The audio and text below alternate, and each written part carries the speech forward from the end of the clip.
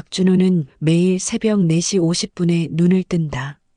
알람은 5시에 맞춰져 있지만 77년을 살면서 몸에 밴 습관이다. 은퇴한 국어교사, 아내를 먼저 보낸 호랍이, 광안리가 보이는 아파트의 주인. 이것이 그를 설명하는 단어들이다. 침대에서 일어나 창문을 연다. 11월의 차가운 바람이 얼굴을 스친다. 멀리 광안대교의 불빛이 아직 켜져 있다. 오늘도 살아있구나. 그는 중얼거리며 운동복으로 갈아입는다. 광안리 백사장을 맨발로 걷는 것은 3년 전부터 시작한 일과다. 아내 영희가 췌장암으로 세상을 떠난 후부터다. 여보, 나 먼저 갈게. 당신은 오래오래 건강하게 살아야 해. 마지막 순간까지도 그를 걱정했던 아내. 43년간 함께한 반려자가 없는 삶은 백사장의 모래알처럼 헛헛했다. 하지만 준호는 무너지지 않았다.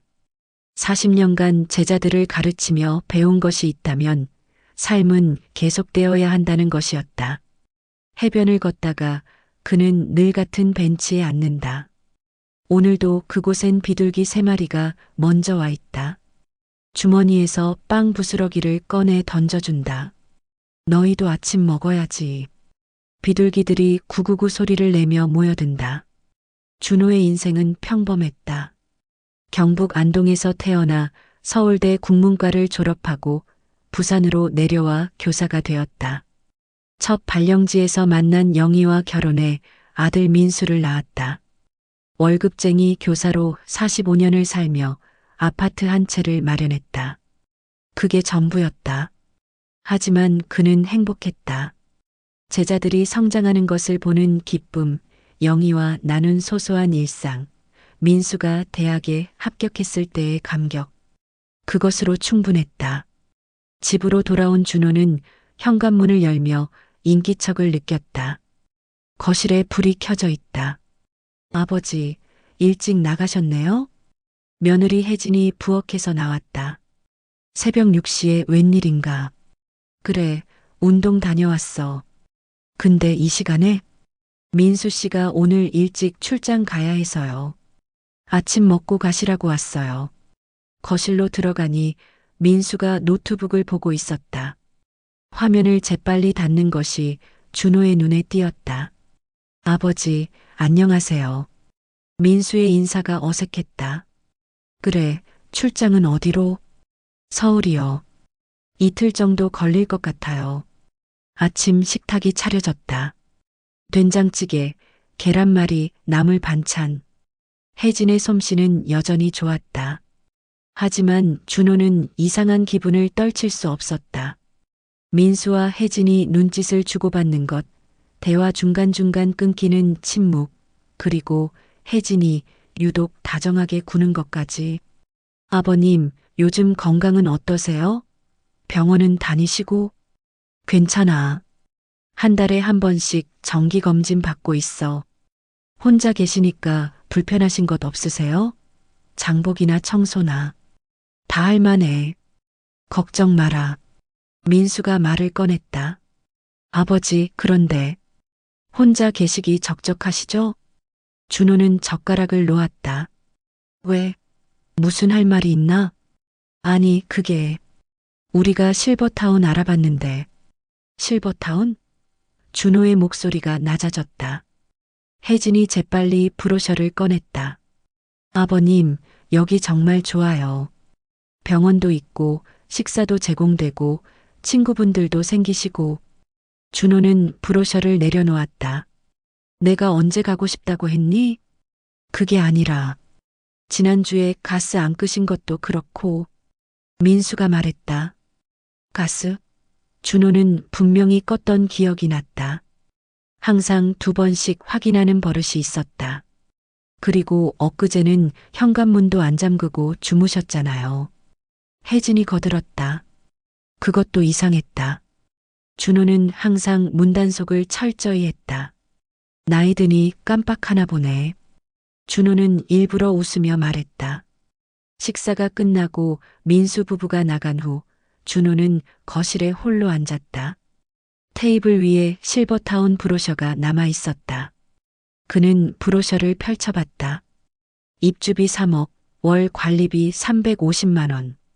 자신의 아파트를 팔면 충분한 금액이었다. 준호는 영희의 사진을 바라봤다. 여보, 뭔가 이상해. 민수가 왜 갑자기 이러지? 그날 밤 준호는 잠이 오지 않았다. 화장실에 가려고 일어났다가 거실에서 새어나오는 불빛을 봤다. 조심스럽게 다가가니 민수의 목소리가 들렸다. 전화 통화 중이었다. 네, 이모님. 괜찮아요. 아버지가 요즘 자꾸 깜빡하신다고 기록 남기고 있어요. 준호의 심장이 쿵쾅거렸다. 의사 진단서만 받으면 후견인 신청 가능하대요. 그럼 아파트 처분도 제가. 더 들을 수 없었다. 준호는 조용히 방으로 돌아왔다. 손이 떨렸다. 45년간 한 글자, 한 글자 가르치며 모은 월급으로 마련한 이 집. 영희와 함께 벽지 하나, 가구 하나 고르며 꾸몄던 이 공간이 그들에겐 그저 처분할 자산이었다. 준호는 책상 서랍을 열었다. 오래된 일기장을 꺼냈다. 새 페이지를 펼치고 또박또박 적기 시작했다. 2024년 11월 15일 금요일 새벽 2시 15분 민수가 나를 치매 환자로 만들려 한다. 후견인이 되어 집을 처분하려는 계획이다. 나는 아직 멀쩡하다. 기억도 선명하고 판단도 정확하다. 내가 해야 할 일이 생겼다. 펜을 놓고 준호는 거울을 봤다. 주름진 얼굴, 하얗게 센 머리. 그러나 눈빛은 또렷했다. 김준호, 넌 아직 죽지 않았어. 그리고 쉽게 당하지도 않을 거야. 창밖으로 광안대교의 불빛이 보였다. 새벽의 도시는 고요했다. 하지만 준호의 마음속엔 폭풍이 몰아치고 있었다. 다음 날 아침 준호는 평소보다 일찍 해변으로 나갔다. 동이 트기 전 바다는 잿빛이었다. 파도 소리만이 규칙적으로 들려왔다. 그는 맨발로 물가를 걸었다. 차가운 바닷물이 발가락 사이로 스며들었다. 영희야, 나 어떻게 해야 하니? 바람에 대답은 없었다. 갈매기 한 마리가 머리 위를 선회했다. 준호는 모래사장에 앉았다. 젖은 모래가 바지에 묻었지만 상관없었다. 그는 손가락으로 모래에 글씨를 썼다. 미들싱. 파도가 밀려와 글씨를 지웠다. 그는 다시 썼다. 의심할 의. 또 파도가 지웠다. 이번엔 다르게 썼다. 가출비. 이 글자는 파도가 닿지 않는 곳에 썼다. 준비. 그래, 준비가 필요했다. 집으로 돌아온 준호는 컴퓨터를 켰다. 검색창에 놓인 후견인 제도를 입력했다. 수많은 정보가 쏟아졌다. 그는 하나하나 읽기 시작했다. 오후가 되도록 컴퓨터 앞을 떠나지 않았다. 저녁 무렵 전화가 울렸다. 제자 김상호였다. 선생님, 안녕하세요. 상호입니다. 오, 상호구나. 잘 지내니? 네, 선생님. 그런데 혹시 내일 시간 되세요? 뵙고 싶은데요. 무슨 일이니? 전화로는 좀. 직접 뵙고 말씀드릴게요. 약속 장소는 해운대의 작은 찻집이었다. 준호는 달력에 동그라미를 쳤다. 11월 17일. 뭔가 시작되는 날이 될 것 같았다. 그날 밤 준호는 오랜만에 앨범을 꺼냈다. 영희와의 사진들, 신혼여행, 민수의 돌잔치, 가족여행. 행복했던 시간들이 한 장 한 장 넘어갔다. 마지막 사진은 영희의 칠순 잔치였다. 병원에서 잠시 외출 허가를 받아 찍은 사진. 수척해진 얼굴이지만 웃고 있었다. 그날 영희가 말했었다. 여보, 민수한테 짐 되지 마요. 당신은 당신 인생을 살아야 해요. 그때는 무슨 뜻인지 몰랐다. 이제 알 것 같았다. 준호는 일기장을 다시 펼쳤다. 나는 내 인생의 주인이다. 아무도 나를 대신해서 내 인생을 결정할 수 없다. 나이 들었다는 것이 무력하다는 뜻은 아니다. 나는 싸울 것이다. 품위 있게 그러나 단호하게. 창밖에서 빗소리가 들렸다. 11월의 비는 차가웠다. 준호는 창문을 닫고 불을 껐다. 내일은 전쟁의 시작이었다.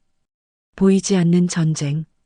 가족이라는 이름으로 포장된 배신과의 전쟁. 그는 눈을 감았다. 그리고 속으로 되뇌었다. 김준호, 너는 아직 살아있다. 11월 17일 토요일 오후 2시 해운대 작은 찻집 다원. 준호는 창가 자리에 앉아 있었다. 바깥으로 마린시티의 고층 빌딩들이 보였다. 제자 김상우가 들어왔다. 10년 전 졸업한 제자. 지금은 부산에서 제법 알려진 변호사가 되어 있었다.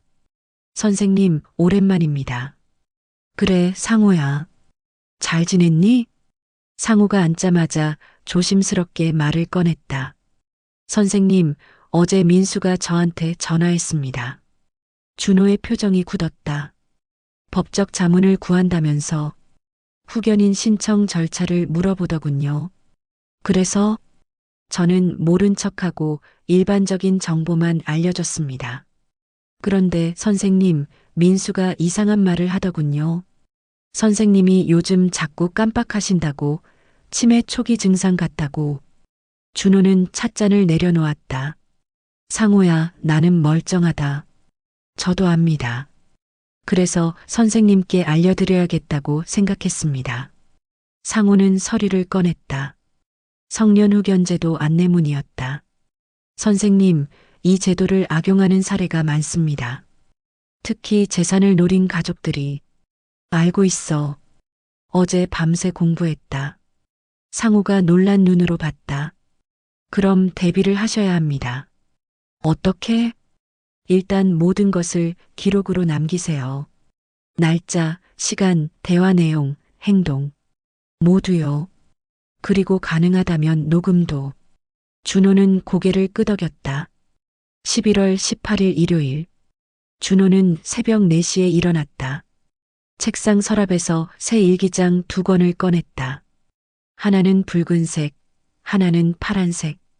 붉은 일기장 첫 페이지에 썼다. 보여주기 위한 일기.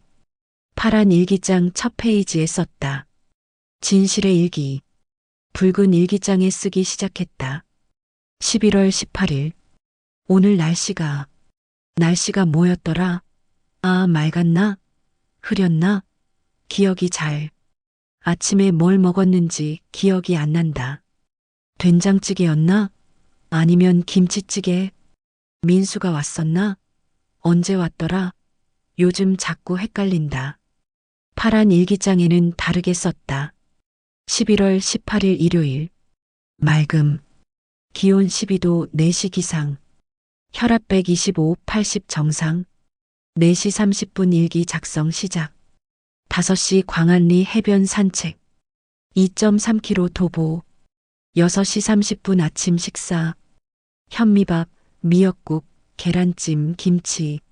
모든 인지 기능 정상. 기억력 명료함.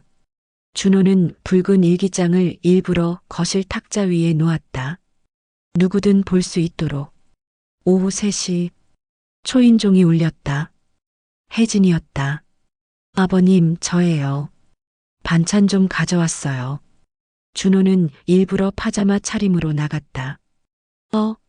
혜진이구나. 오늘이 무슨 요일이지? 일요일이에요, 아버님. 아, 그래. 아침을 먹었나, 안 먹었나? 혜진의 눈이 반짝였다. 그녀는 재빨리 휴대폰을 꺼내 무언가를 메모했다. 11월 20일 화요일. 혜진이 또 찾아왔다. 이번엔 서류를 들고 있었다.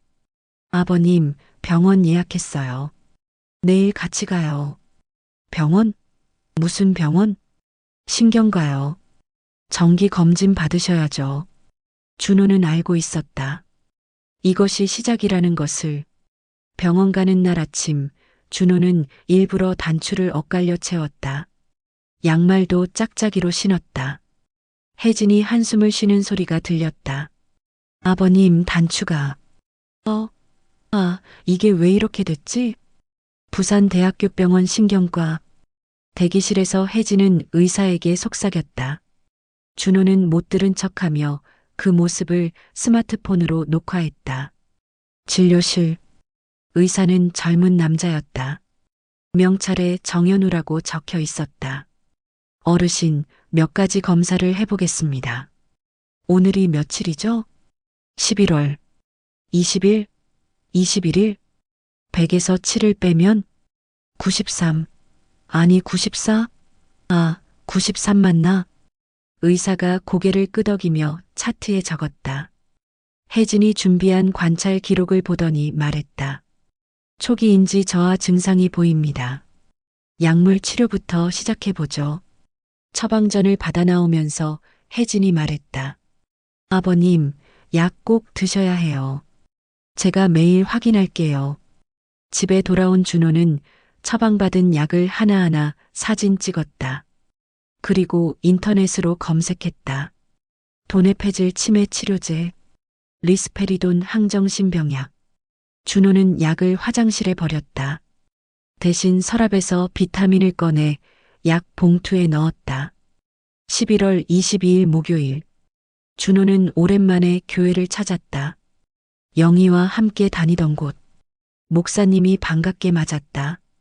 박 집사님, 오랜만입니다. 목사님, 상담 좀 하고 싶습니다. 조용한 상담실. 준호는 지금까지의 일을 담담히 말했다. 목사님의 표정이 어두워졌다.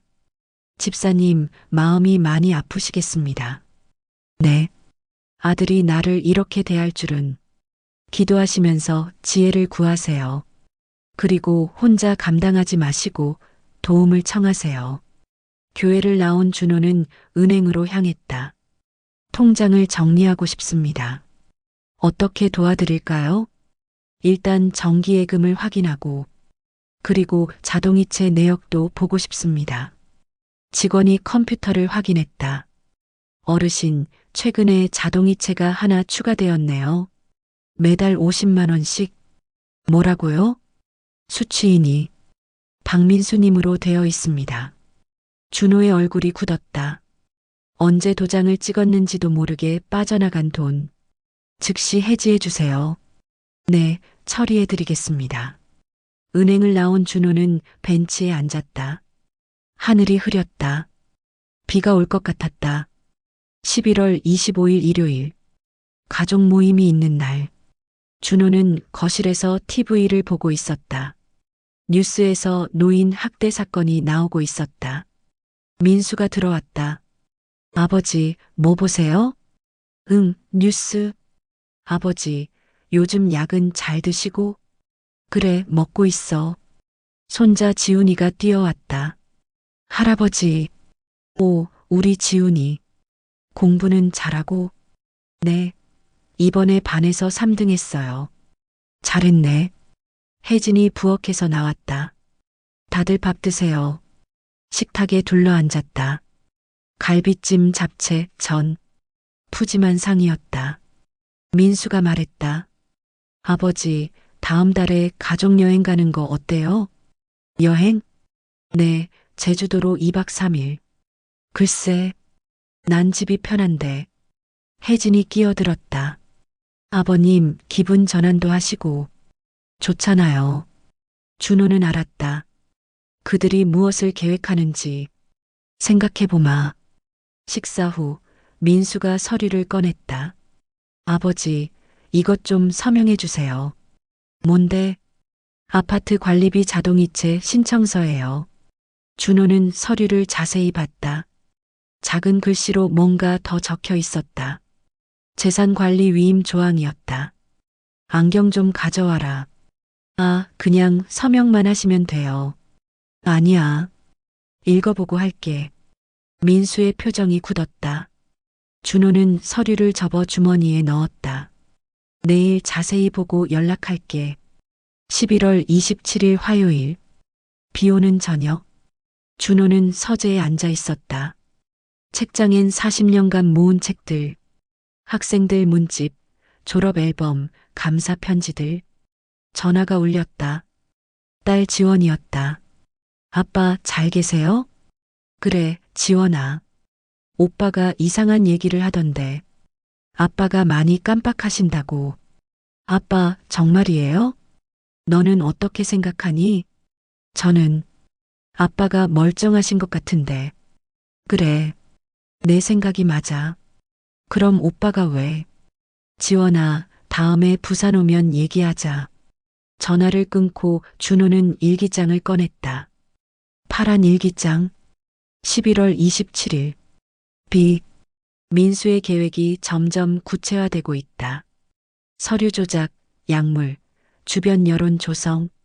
나는 모든 것을 기록하고 있다. 증거를 모으고 있다. 때가 되면 반격할 것이다. 창밖으로 빗소리가 들렸다. 빗방울이 유리창을 두드렸다. 준호는 영희의 사진을 봤다. 여보, 나 잘하고 있지? 우리 아들이 이렇게 변했어. 하지만 나는 포기하지 않을 거야. 서랍을 열었다. 그 안엔 또 다른 봉투가 있었다. 증거 자료라고 적힌 봉투, 녹음 파일을 옮긴 USB, 사진들, 병원 처방전, 은행 거래 내역. 11월 28일 수요일. 준호는 김상우를 다시 만났다.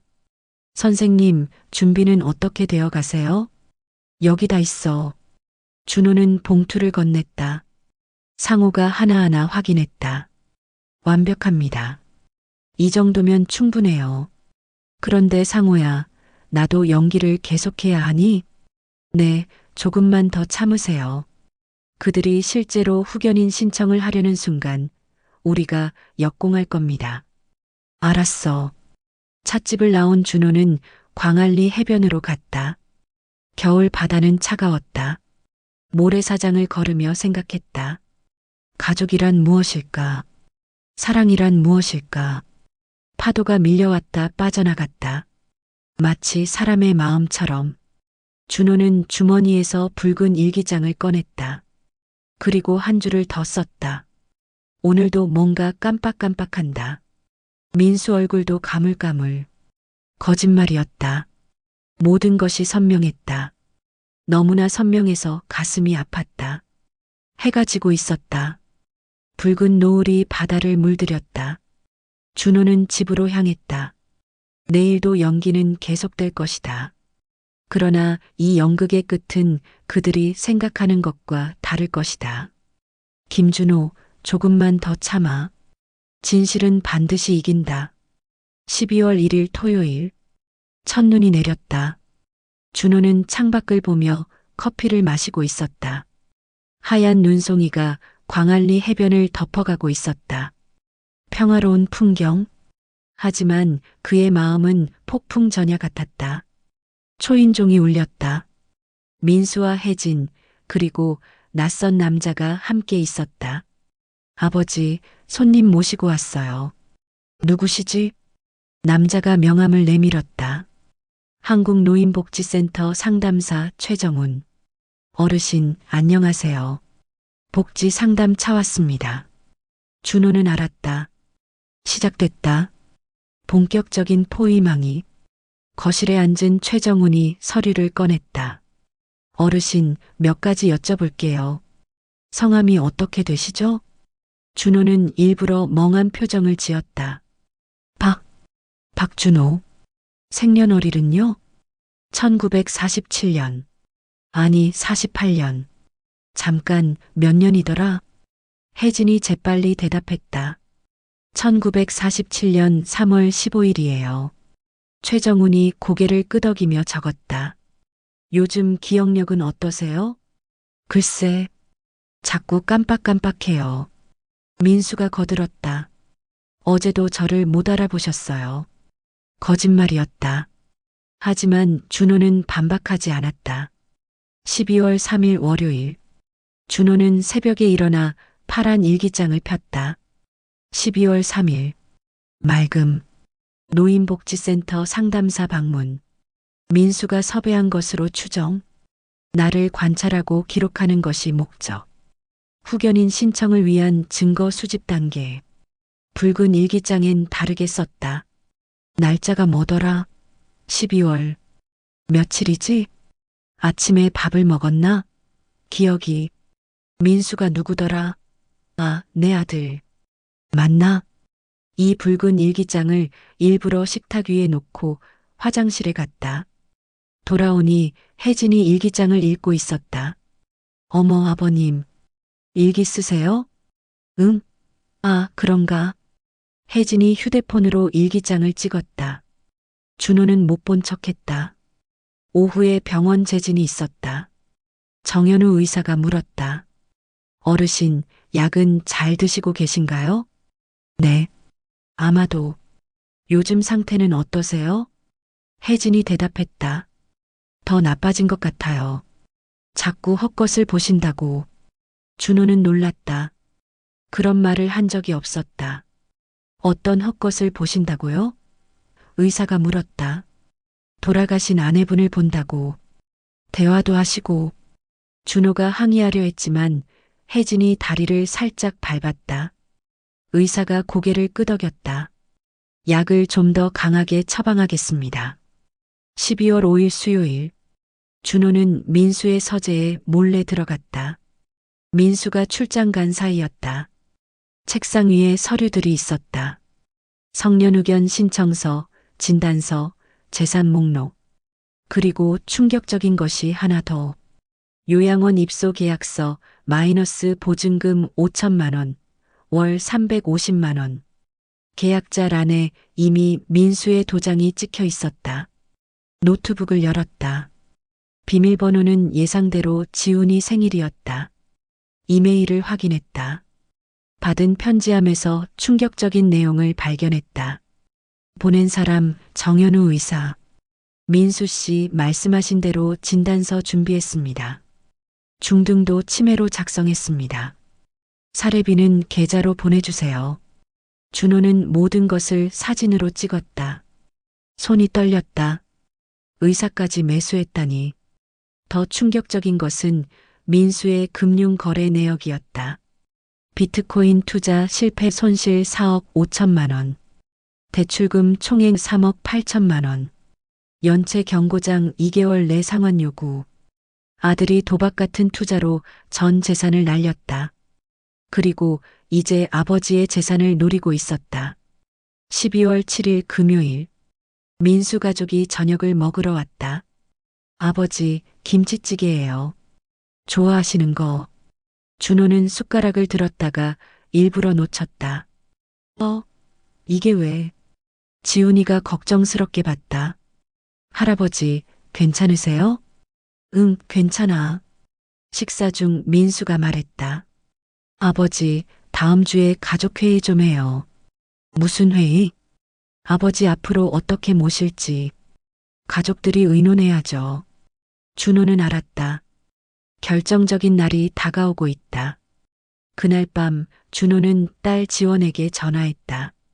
지원아, 다음 주에 부산 올 수 있니? 왜요, 아빠? 무슨 일 있어요? 가족회의 한다는구나. 내가 꼭 왔으면 해. 알겠어요. 꼭 갈게요. 전화를 끊고 준호는 상호에게도 연락했다. 상호야, 때가 온 것 같다. 네, 선생님. 준비하겠습니다. 12월 9일 일요일. 교회. 준호는 예배 후 목사님을 찾았다. 목사님, 부탁이 있습니다. 말씀하세요. 제가 만약 요양원에 가게 되면 한 번씩 찾아와 주세요. 무슨 말씀이세요? 왜 요양원에? 민수가 그러려고 합니다. 목사님의 표정이 어두워졌다. 집사님, 교회가 도울 방법이 있다면 제가 멀쩡하다는 증인이 되어 주세요. 물론이죠. 12월 10일 월요일. 준호는 집안을 둘러봤다. CCTV를 추가로 설치했다. 거실, 주방, 현관. 작은 카메라들이 모든 것을 기록할 것이다. 오후 3시. 혜진이 왔다. 아버님, 약 드실 시간이에요. 그래. 준호는 약을 받아 입에 넣었다. 혜진이 지켜보는 앞에서 물을 마셨다. 혜진이 나가자 화장실로 가서 약을 뱉었다. 저녁, 민수가 서류를 들고 왔다. 아버지, 이것 좀 서명해 주세요. 뭔데? 은행 서류예요. 정기예금 만기 연장. 준호는 서류를 자세히 봤다. 작은 글씨로 예금 해지 및 이체 동의서라고 적혀 있었다. 안경 좀. 아이, 그냥 서명만 하세요. 아니야. 읽어보고. 민수가 짜증을 냈다. 아버지, 저를 못 믿으세요? 준호는 서류를 돌려줬다. 내일 은행 가서 직접 할게. 민수의 얼굴이 붉어졌다. 하지만 참았다. 12월 12일 수요일. 준호는 우체국에 갔다. 내용 증명을 보내기 위해서였다. 수신 박민수, 최혜진. 본인 박준호는 정신적으로 온전하며 어떠한 재산 처분도 위임한 바 없음을 통보합니다. 직원이 물었다. 정말 보내시겠어요? 네. 그리고 등기로 부탁합니다. 우체국을 나온 준호는 광안리로 갔다. 겨울 바다는 차가웠다. 벤치에 앉아 영희를 떠올렸다. 여보, 이제 곧 끝날 거야. 내가 이길 거야. 12월 14일 금요일. D-데이. 가족회의 날이었다. 준호는 정장을 입었다. 거울을 보며 넥타이를 맸다. 김준호, 오늘이 그날이다. 거실에 모두 모였다. 민수, 혜진, 지훈, 그리고 서울에서 온 지원. 민수가 먼저 말문을 열었다. 오늘 아버지 문제를 의논하려고 모였습니다. 무슨 문제? 지원이 물었다. 아버지가 치매 초기 증상을 보이셔서. 오빠, 그게 무슨 소리야? 혜진이 서류를 꺼냈다. 여기 병원 진단서도 있고 복지센터 상담 기록도 있어요. 지원이 서류를 봤다. 이게 정말이에요? 준호는 조용히 앉아 있었다. 민수가 결정적인 서류를 꺼냈다. 아버지를 요양원에 모시는 게 좋을 것 같습니다. 뭐? 지원이 소리쳤다. 그리고 후견인을 선임해서 재산 관리를. 바로 그때였다. 준호가 일어섰다. 그리고 TV를 켰다. USB를 꽂았다. 화면에 영상이 나타났다. 혜진이 가스밸브를 여는 장면. 이게 뭐야? 혜진이 비명을 질렀다. 다음 영상. 민수가 약을 바꿔치기 하는 장면. 아버지, 이건. 다음 영상. 민수와 의사의 이메일. 가짜 진단서를 만들었구나. 민수의 얼굴이 하얗게 질렸다. 준호는 봉투를 꺼냈다. 여기 다 있다. 너희가 한 모든 짓. 그리고 마지막 폭탄을 터뜨렸다. 오늘 오후 3시 김상우 변호사가 올 거다. 그리고 경찰도. 아버지. 민수가 무릎을 꿇었다. 늦었어. 내가 2달 동안 모은 증거야. 혜진이 울기 시작했다. 시아버님, 저희가 잘못했어요. 그래, 잘못했지. 나를 미친 사람 만들려고 했으니. 지원이 오빠를 노려봤다. 오빠, 어떻게 이럴 수가. 준호는 창밖을 봤다. 눈이 또 내리기 시작했다. 너희에게 기회를 준다. 지금 나가라. 그리고 다시는 내 앞에 나타나지 마라. 민수가 애원했다. 아버지, 한 번만. 기회는 이미 많이 줬어. 갈 때까지 갔다. 초인종이 울렸다. 김상우 변호사였다. 선생님 맞습니다. 준호는 상호를 보며 말했다. 이제 법대로 하자. 민수와 혜진은 울면서 집을 나갔다. 지훈이만 남았다. 할아버지, 저는요? 준호는 손자를 안았다. 넌 잘못이 없어. 가끔 놀러와. 지훈이가 울면서 고개를 끄덕였다. 지원이 아버지 옆에 앉았다. 아빠 고생하셨어요. 이제 시작이야. 진짜 내 삶을. 준호는 파란 일기장을 꺼냈다. 마지막 장에 적었다. 12월 14일. 가면을 벗었다. 진실이 승리했다. 나는 여전히 박준호다. 누구도 내 삶을 빼앗을 수 없다. 창밖에 눈은 계속 내렸다. 하지만 준호의 마음은 봄날처럼 따뜻했다. 여보, 이겼어. 우리가 이겼어. 12월 14일 금요일 오후 4시. 가족회의가 끝난 거실. 김상우 변호사가 서류를 정리하고 있었다. 준호는 창밖을 보고 있었다. 눈은 그쳤지만 하늘은 여전히 흐렸다. 선생님, 이제 어떻게 하시겠습니까? 준호가 돌아섰다. 눈빛이 단단했다. 끝까지 가야지. 시작했으니. 민수 씨를 고소하시겠다는 거죠? 아니, 그 전에 할 일이 있어. 준호는 노트북을 열었다. 그동안 모은 모든 자료가 정리되어 있었다. 이걸 세상에 알릴 거야. 어떻게요? 내가 40년간 가르친 제자 중에 기자가 여럿 있어. 그중 한 명이 KBS 탐사보도팀이야. 상우가 놀랐다. 언론에 공개하시겠다고요? 노인 학대의 실상을 알려야 해. 나 같은 피해자가 더 나오면 안 되니까. 지원이 걱정스럽게 말했다. 아빠, 우리 집안일이 다 알려져요. 그래도 해야 해. 이건 나만의 문제가 아니야. 준호는 전화를 들었다. 여보세요, 정 기자? 나야, 박준호 선생님. 선생님, 오랜만입니다. 부탁이 하나 있는데, 12월 16일 일요일, KBS 탐사보도팀이 준호의 집을 찾았다. 카메라와 조명 장비가 거실에 설치되었다. 정 기자가 물었다. 선생님, 준비되셨어요? 그래. 인터뷰가 시작되었다. 처음 어떻게 알게 되셨나요? 11월 15일 새벽이었어요. 아들이 전화로. 준호는 차분하게 2달간의 일을 설명했다. 가스밸브 조작, 약물 바꿔치기, 가짜 진단서. 증거도 있으신가요?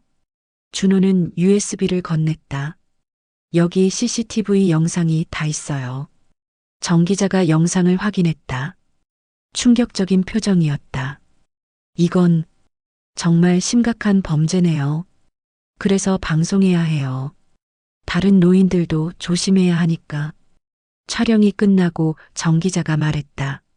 선생님, 이 방송 나가면 민수 씨가 큰 타격을 받을 거예요.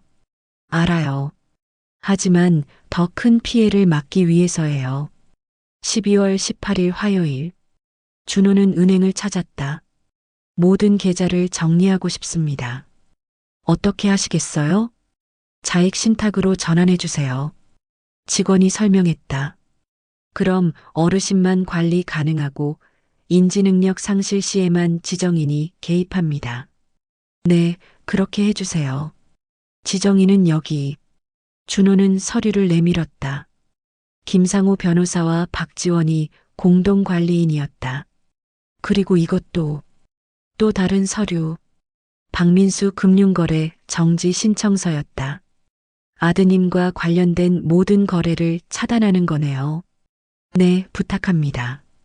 12월 20일 목요일. 민수가 찾아왔다. 초췌한 얼굴이었다. 아버지, 왔구나. 방송 취소해 주세요. 늦었어. 제발이요. 회사에서 알면 저는 끝이에요. 준호는 차를 내왔다. 민수야, 넌 날 끝내려 했잖아. 죄송합니다. 정말 미쳤었어요. 왜 그랬니? 민수가 고개를 숙였다. 빚이 너무 많아서. 그래서 아버지를 치매 환자로. 죄송합니다. 침묵이 흘렀다. 민수야, 너도 피해자야. 네. 투자라는 도박에 빠진 피해자. 하지만 그게 날 해칠 이유는 안 돼. 민수가 울기 시작했다. 한 가지 기회를 주마. 민수가 고개를 들었다. 도박 중독 치료 받아라. 그리고 정직하게 살아. 그럼 3년 후에 다시 만나자. 아버지, 가라. 그리고 스스로 일어서라. 12월 22일 토요일. 준호는 노인복지관을 찾았다. 강의를 하고 싶습니다. 어떤 강의요? 노년의 자기보호법. 담당자가 반가워했다. 좋습니다. 언제 시작하시겠어요? 다음 주부터. 첫 강의 날. 50명이 넘는 노인들이 모였다. 안녕하세요. 저는 박준호입니다. 2달 전 제 아들이 저를 치매 환자로 만들려 했습니다. 청중이 술렁였다. 오늘은 그 경험을 나누려 합니다. 여러분도 조심하셔야 합니다. 강의는 큰 반향을 일으켰다. 12월 25일 화요일. 크리스마스? 지훈이가 찾아왔다. 할아버지, 메리 크리스마스. 오, 지훈이구나. 이거요. 제가 만들었어요. 손수 만든 카드였다. 할아버지, 사랑해요라고 적혀 있었다. 고맙구나. 할아버지, 아빠가 병원 다녀요. 그래. 도박 중독 치료요. 엄마도 같이 가요. 준호는 손자를 안았다. 잘 됐구나. 12월 27일 목요일. 방송 전날. 정 기자가 전화했다. 선생님, 내일 9시 방송입니다. 알았어. 반응이 클 것 같아요. 감당할 준비 됐어. 12월 28일 금요일. 방송 당일. 준호는 지원과 함께 TV 앞에 앉았다. 아빠 떨려요? 아니. 후련해. 9시. KBS 탐사보도 가족이라는 이름의 가해자 방송 시작. 화면에 준호의 인터뷰가 나왔다. 저는 77세 은퇴 교사입니다. 그리고 노인 학대 피해자입니다. 이어서 CCTV 영상, 가스밸브 조작, 약물 바꿔치기, 전문가 인터뷰. 매년 노인 학대가 30% 증가하고 있습니다. 가해자의 70%가 가족입니다. 준호의 마지막 인터뷰. 노인도 인간입니다. 존엄이 있습니다. 나이 들었다고 무력하지 않습니다. 방송이 끝났다. 전화가 쏟아졌다. 선생님, 용기에 감사합니다. 저도 비슷한 일을 겪었어요. 어떻게 대처해야 하나요? 12월 30일 일요일. 언론이 들끓었다. 노인 학대 실태 고발, 가족의 배신 등 기사가 쏟아졌다. 보건복지부가 발표했다. 노인보호 강화 대책을 마련하겠습니다. 법무부도 나섰다. 후견인 제도 악용 방지법을 추진하겠습니다. 준호는 뿌듯했다. 개인의 문제가 사회 변화로 이어졌다. 12월 31일 월요일. 연말. 가족이 모였다. 민수, 혜진, 지훈, 지원. 민수가 먼저 말했다. 아버지, 진심으로 죄송합니다. 그래. 치료받고 있어요. 조금씩 나아지고 있어요. 혜진도 고개를 숙였다. 시아버님, 용서해 주세요. 용서는 했어. 하지만 신뢰는 시간이 필요해. 지원이 말했다. 우리 새로 시작해요. 천천히. 준호가 고개를 끄덕였다. 그래. 천천히. 하지만 확실하게. 밤 11시 50분. 준호는 혼자 베란다에 나왔다. 광안대교의 불빛이 반짝였다. 영희의 사진을 꺼내 들었다. 여보, 고생 끝났어. 이제 편하게 살 수 있어. 자정. 새해의 시작. 폭죽이 터졌다. 준호는 소원을 빌었다. 모든 노인이 존엄하게 살 수 있기를. 2025년 1월 2일 수요일. 준호는 해운대 새 아파트로 이사했다. 작지만 아늑했다. 거실에 영희 사진을 놓았다. 여보, 우리 새 집이야. 책상에 앉아 일기를 썼다. 새로운 시작. 나는 박준호다. 77세. 아직 살아있다. 앞으로 10년은 더 살 거다. 당당하게, 존엄하게. 1월 5일 토요일. 노인복지관 강의. 오늘은 자익신탁에 대해 설명하겠습니다. 100명이 넘는 청중이 경청했다. 여러분의 재산은 여러분이 지키세요. 강의 후 한 할머니가 다가왔다. 선생님 덕분에 제 재산을 지켰어요. 감사합니다. 준호는 미소 지었다. 1월 10일 목요일. 출판사에서 연락이 왔다. 선생님 이야기를 책으로 내고 싶습니다. 책이요? 제목은 나는 오늘도 나의 후견인입니다. 준호는 수락했다. 인쇄는 모두 노인복지재단에 기부하겠습니다. 2월. 책이 출간되었다. 베스트셀러가 되었다. 노인들의 필독서가 되었다. 3월. 민수가 찾아왔다. 아버지, 직장 다시 구했어요. 잘했구나. 작은 회사지만 정직하게 살려고요. 그래야지. 아버지, 감사합니다. 포기하지 않아주셔서. 준호는 아들의 어깨를 두드렸다. 우린 가족이니까. 봄이 왔다. 광안리 해변엔 벚꽃이 피었다. 준호는 여전히 새벽에 산책한다. 하지만 이젠 혼자가 아니다. 가끔 지원이, 때론 지훈이가, 어쩌다 민수도 함께한다. 상처는 아물고 있었다. 천천히 하지만 확실하게. 준호는 바다를 보며 생각했다. 인생은 계속된다. 끝까지.